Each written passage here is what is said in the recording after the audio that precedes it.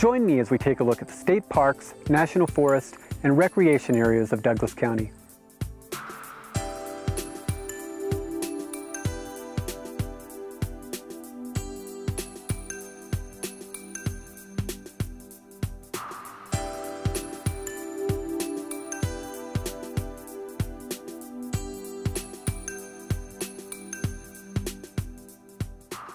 In today's show, we'll stop off in Castle Rock, Colorado for Run the Rock, and we'll find out how to keep your bike running smooth. But first, Cindy Dean will tell us about outdoor opportunities in the Pike National Forest. Well, here on the Pike National Forest, we have a lot of opportunities. Along the Front Range, we have the Rampart Range motorcycle area.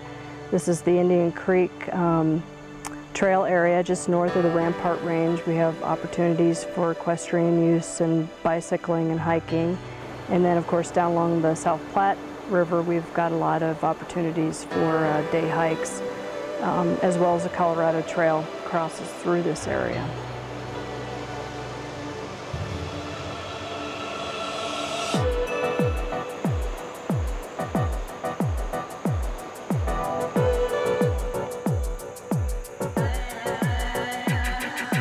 There are several segments of the Colorado Trail that are on this ranger district. The first segment actually starts out of Waterton Canyon, and it extends over and through this area down to the South Platte River.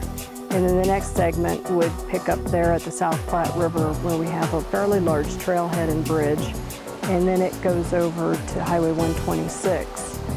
And then from there we have it going through, actually it's just south of the High Meadow Fire area, and it goes up into the Lost Creek Wilderness and extends over to Kenosha Pass.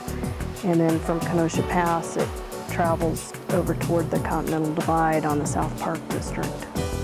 Well, we have a lot of equestrian use on the South Platte District. Probably the Colorado Trail is our biggest one because of the width of the trail.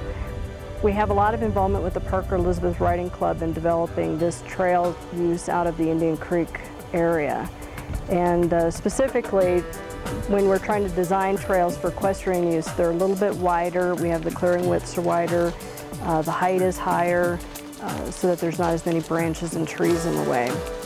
And so this area off of the Indian Creek Trailhead is being specifically designed for equestrian mountain bike use. With this trail in particular, it's fairly new. Segments of it are still under construction. We have quite a rise in elevation along the trail. It probably goes up in altitude about 2,600 feet over the length of the trail. It's about 14 miles long. It has actually several connections to other trail systems. It connects to the Colorado Trail down into Waterton Canyon. It's the only equestrian trail within Roxborough State Park, and that's over on the far end of it, and then extends back up, connects with an old road system that we have. Its use is probably with the mountain bikers would be a moderate to maybe an intermediate ability. Some places are fairly difficult. People would probably want to have some experience doing some mountain travel, whether they're on horses or bikes, because there is a potential for people to get lost back in this area.